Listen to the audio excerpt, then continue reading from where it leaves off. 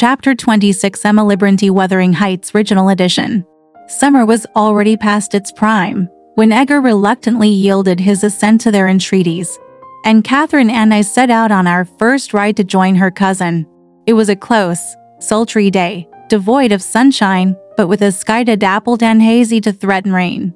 And our place of meeting had been fixed at the guide stone by the crossroads.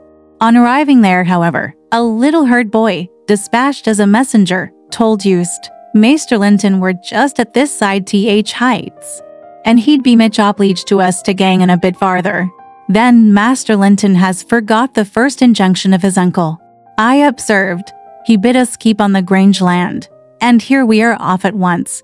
Well, we'll turn our horses' heads round when we reach him, answered my companion. Our excursion shall lie towards home. But when we reached him, and that was scarcely a quarter of a mile from his own door, we found he had no horse, and we were forced to dismount and leave ours to graze. He lay on the heath, awaiting our approach, and did not rise till we came within a few yards. Then he walked so feebly and looked so pale that I immediately exclaimed him, "Why, Master Heathcliff, you are not fit for enjoying a ramble this morning. How ill you do look." Catherine surveyed him with grief and astonishment, and changed the ejaculation of joy on her lips to one of alarm, and the congratulation on their long-postponed meeting to an anxious inquiry whether he were worse than usual. "No, better, he panted, trembling, and retaining her hand, as if he needed its support, while his large blue eyes wandered timidly over her, the hollowness round them transforming to haggard wildness the languid expression they once possessed. "But you have been worse," persisted his cousin.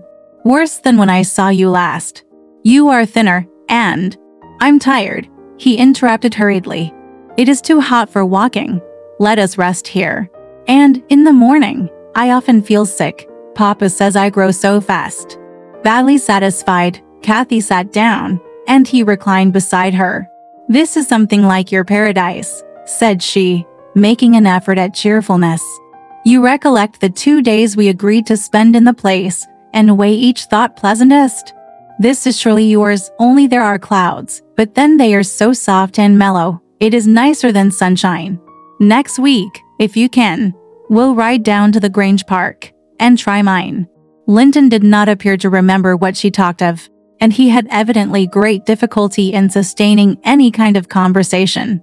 His lack of interest in the subjects she started, and his equal incapacity to contribute to her entertainment, were so obvious that she could not conceal her disappointment. An indefinite alteration had come over his whole person and manner. The pettishness that might be caressed into fondness had yielded to a listless apathy. There was less of the peevish temper of a child which frets and teases on purpose to be soothed, and more of the self-absorbed moroseness of a confirmed invalid, repelling consolation, and ready to regard the good-humored mirth of others as an insult. Catherine perceived, as well as I did, that he held it rather a punishment than a gratification to endure our company, and she made no scruple of proposing, presently, to depart. That proposal unexpectedly roused Linton from his lethargy and threw him into a strange state of agitation. He glanced fearfully towards the heights, begging she would remain another half-hour at least. "But I think," said Kathy, "you'd be more comfortable at home than sitting here. And I cannot amuse you today. I see, by my tales, and songs, and chatter, you have grown wiser than I in these 6 months. You have little taste for my diversions now. Or else, if I could amuse you, I'd willingly stay." "Stay to rest yourself," he replied. "And Catherine, don't think or say that I'm very unwell. It is the heavy weather and heat that make me dull. And I walked about, before you came, a great deal for me. Tell Uncle I'm in tolerable health, will you?" "I'll tell him that you say so, Linton." "I couldn't affirm that you are," observed my young lady, wondering at his pertinacious assertion of what was evidently an untruth. "And be here again next Thursday," continued he, shunning her puzzled gaze. "And give him my thanks for permitting you to come. My best thanks, Catherine. And, if you did meet my father, and he asked you about me, don't lead him to suppose that I've been extremely silent and stupid. Don't look sad and downcast, as you are doing. He'll be angry." "I care nothing for his anger," exclaimed Kathy, imagining she would be its object. "But I do," said her cousin, shuddering. "Don't provoke him against me, Catherine, for he is very hard." "Is he severe to you, Master Heathcliff?" I inquired. "Has he grown weary of indulgence, and passed from passive to active hatred?" Linton looked at me, but did not answer, and after keeping her seat by his side another 10 minutes, during which his head fell drowsily on his breast, and he uttered nothing except suppressed moans of exhaustion or pain, Kathy began to seek solace in looking for bilberries, and sharing the produce of her researches with me. She did not offer them to him, for she saw further notice would only weary and annoy. "Is it half an hour now, Ellen?" she whispered in my ear, at last. "I can't tell why we should stay. He's asleep, and Papa will be wanting us back." "Well, we must not leave him asleep," I answered. "Wait till he wakes, and be patient. You were mighty eager to set off, but your longing to see poor Linton has soon evaporated." "Why did he wish to see me?" returned Catherine, in his crossest humors. "Formerly, I liked him better than I do in his present curious mood. It's just as if it were a task he was compelled to perform, this interview, for fear his father should scold him. But I'm hardly going to come to give Mr. Heathcliff pleasure, whatever reason he may have for ordering Linton to undergo this penance. And, though I'm glad he's better in health, I'm sorry he's so much less pleasant, and so much less affectionate to me." "You think he is better in health then?" I said.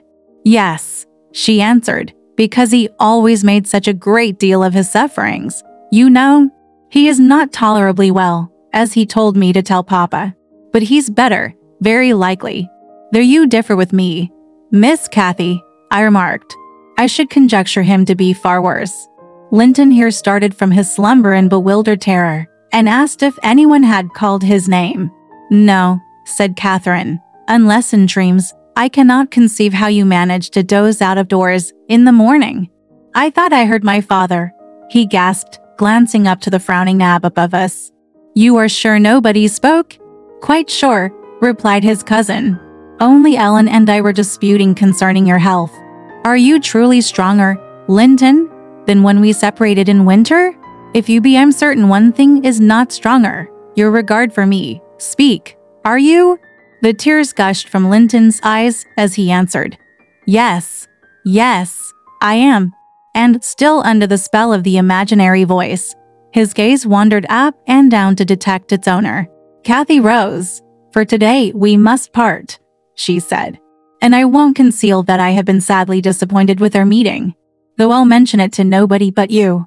Not that I stand in awe of Mr. Heathcliff." "Hush," murmured Linton. "For God's sake, hush. He's coming." And he clung to Catherine's arm, striving to detain her. But at that announcement she hastily disengaged herself, and whistled to Minnie, who obeyed her like a dog. "I'll be here next Thursday," she cried, springing to the saddle. "Goodbye, quick, Ellen."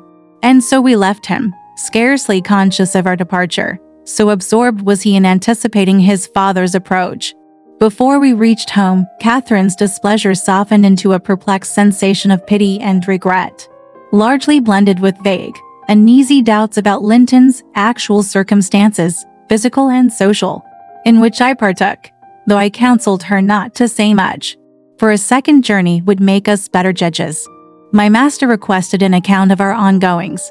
His nephew's offering of thanks was duly delivered, Miss Kathy gently touching on the rest. I also threw little light on his inquiries, for I hardly knew what to hide and what to reveal. All right, this part of the story ends here. Want to know what happened next? Let's listen to the breakdown next time.